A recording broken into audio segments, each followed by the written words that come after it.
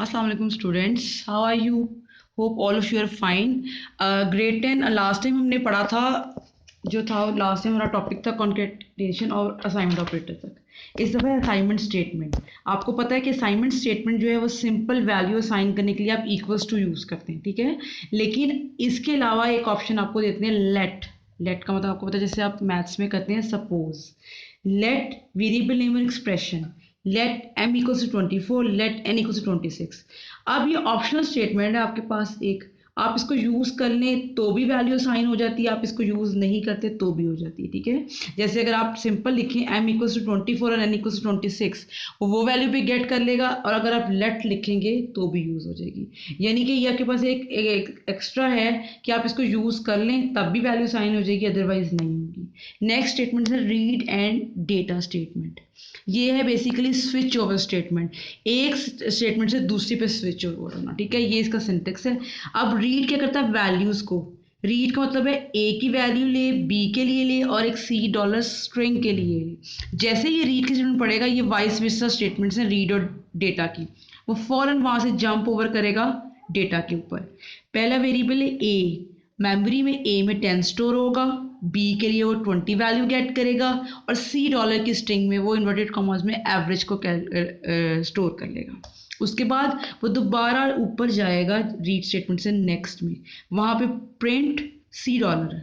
अगर आप ये आउटपुट स्क्रीन आप प्रिंट करेंगे तो लिखा आएगा सी डॉलर। सी डॉलर की जगह आ जाएगा एवरेज, फिर ये कोट्स के अंदर इक्वल्स टू, और उसके बाद ए प्लस बी, आपको पता है 10 प्लस 20 होता है 30, और उसकी एवरेज होती है 15, वो डिस्प्ले कर देगा, ठीक है। ये एक और स्टेटमेंट है रीड से वैल्यूज़ किसी आगे स्विच करवा के डेटा पे गेट करवाने के लिए, और उससे फर्दर। जैसे इसकी एग्जांपल एक ये भी है, A B C D E P dollar.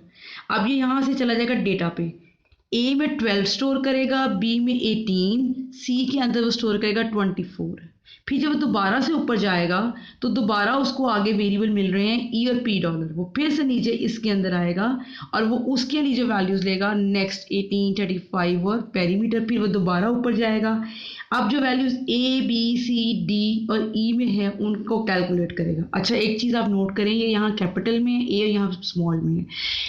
GW basic interpreter जो है वो केस सेंसिटिव नहीं है। केस सेंसिटिव का मतलब ये, जैसे आप पासवर्ड देते हैं किसी भी अपनी आप ऐप के अंदर अपना कोई अकाउंट बनाते हैं, तो आप देखें कि अगर वो आप कैपिटल में बनाते हैं तो उसी को यूज़ करते हैं, स्मॉल में बनाते हैं तो उसको यूज़ करते हैं। लेकिन बेसिकली ये डॉस बेस्ड लैंग्वेज है और इसलिए इसके अंदर ये केस सेंसिटिव नहीं होता, चाहे आप कैपिटल में लिखें और आप स्मॉल लेटर्स यूज़ करें।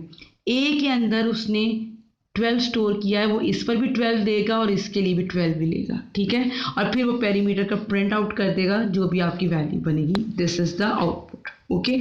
इसके बाद नेक्स्ट है इनपुट स्टेटमेंट।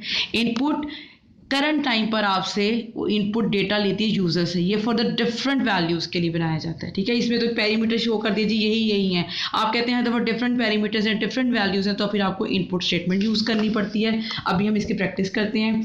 प्रिंट आपको पता लग गया है, वैल्यूज़ को स्टोर करने के लिए मेरी जो दूसरी वीडियो है उसके अंदर प्रॉपर इनपुट और प्रिंट स्टेटमेंट की आपको प्रैक्टिस भी पता चलेगी।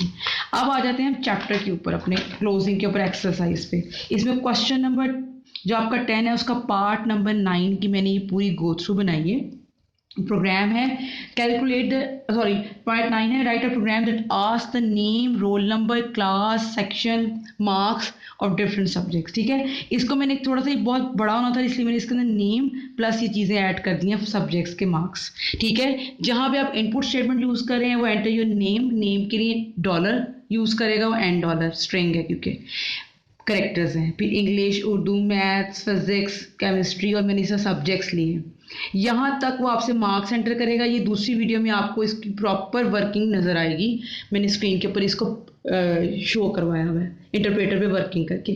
फिर टोटल एक वेरिएबल होगा मैंने लिया जिसके अंदर मैंने इंग्लिश, उर्दू, ये वाले सारे मार्क्स जो है मैंने वो इस वेरिएबल से लेके यहाँ पे उसको स्टोर करती है इन मार्क्स को। फिर जो टोटल आएगा इन सब मार्क्स का उसके लिए आपको पता है परसेंटेज 850 मल्टीप्लाई बाय 100 प्रिंट करेगा एंड डॉलर। जो नाम आपने दिया होगा स्टूडेंट का वो नेम प्लस उसके टोटल मार्क्स है टोटल और परसेंटेज करेगा और थैंक यू प्रिंट करके करेगा। इसकी बिल्कुल एग्जांपल जो है आपको दूसरी वीडियो में मिल जाएगी।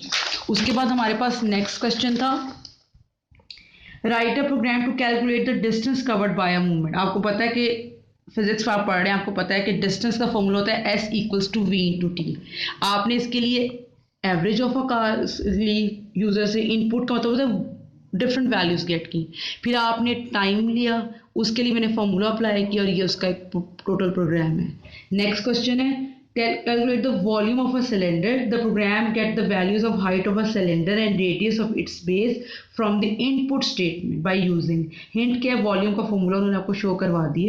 अब आपको पता लग गया कि इसमें आपको रेडियस की वैल्यू चाहिए और हाइट की वैल्यू चाहिए। उनके लिए मैंने इनपुट स्टेटमेंट यूज़ किए हैं, हाइट दे दें आप सिलेंडर की। अब स्क्रीन के ऊपर आप इसको जब यूज़ करें, खुद से प्रोग्राम बनाएंगे तो यहाँ पे ये मैसेज आने के बाद आपका कर्सर यहाँ पे जो है वो स्टॉप करेगा, वो आपसे वैल्यू मांगेगा। फॉर एग्जांपल आप 10 वैल्यू देते हैं, ठीक है, उसके बाद आप इसको फिर रन करते हैं। फॉर एग्जांपल आप यहाँ 5 वैल्यू एंटर करते हैं, उसके बाद वो वॉल्यूम इक्वल्स टू जो भी इसका वेरिएबल होगा इसमें 3.14 को एज इट इज़ रहने के बाद वो 5 मल्टीप्लाई बाय 5 मल्टीप्लाई बाय 10 को लिखेगा और इस पूरी की जो भी वैल्यू आएगी उसको कैलकुलेट करके वी में स्टोर कर देगा। ठीक है, वी ओ एल वॉल्यूम, एक सॉरी वेरिएबल लिया हुआ ये वाला। फिर वो प्रिंट करेगा वॉल्यूम ऑफ अ सिलेंडर, ये मैसेज है एज सच प्रिंट हो जाएगा और फिर वी ओ एल की जगह जो वैल्यू इसमें स्टोर होगी वो आपको शो हो जाएगी। आप इसको फिर एग्जीक्यूट करें, डिफरेंट वैल्यूज के लिए करें। ठीक है, क्वेश्चन नंबर 12 है calculate the square of a number. ये भी मैंने जो सेकंड वीडियो लोड हुई है उसमें इसका प्रोग्राम दिया है। आप कोई सा भी नंबर इसको रेंडमली रन करें, 10 दें, पॉइंट में दें, जैसे मर्जी दें, वो आपको उसको स्क्वायर ऑफ द नंबर देगा। सिंपल, आपको पता है स्क्वायर ऑफ द नंबर क्या होता है, नंबर इंटू नंबर, उसका एक छोटा सा प्रोग्राम है जो आपकी वर्किंग करेगा। उसके बाद लास्ट एक क्वेश्चन है 13 जिसमें सम एंड एवरेज ऑफ 3 नंबर्स है। अब मैंने फर्स्ट नंबर गेट किया, ए में सेकंड किया, सी में थर्ड किया, s equals to a plus b plus c उसके टोटल कर दिया। ए मैंने एक वेरिएबल डबल ली है एवरेज के लिए। ठीक है, sum of 3 numbers equal to s में स्टोर है, उसकी जगह पे उसकी वैल्यू आ जाएगी एवरेज ऑफ 3 नंबर। आप इन प्रोग्राम्स को बनाएं, इनकी कॉपी पे प्रैक्टिस, इनको लिखें प्रॉपर, क्योंकि यही आपके शॉर्ट क्वेश्चंस में आएंगे। इन्हीं की आपके कंप्यूटर लैब के अंदर जो प्रैक्टिकल मार्क्स होंगे वो ऐड होंगे। इसकी आपने कंप्यूटर के अपने सिस्टम पे भी प्रैक्टिस करनी है और इसको आपने नोटबुक्स पर भी नोट करके इसको प्रैक्टिस करके देखना है कि ये कैसे वर्किंग करता है और इसका क्या होगा। ठीक है, अब एक्सरसाइज में से जो आपके प्रोग्राम से पार्ट 9, पार्ट 10, उसके बाद क्वेश्चन 11, क्वेश्चन 12 और क्वेश्चन 13 मैंने आपको सारे जो सारे हैं ना वो सॉल्व करके बता दिए। Thank you.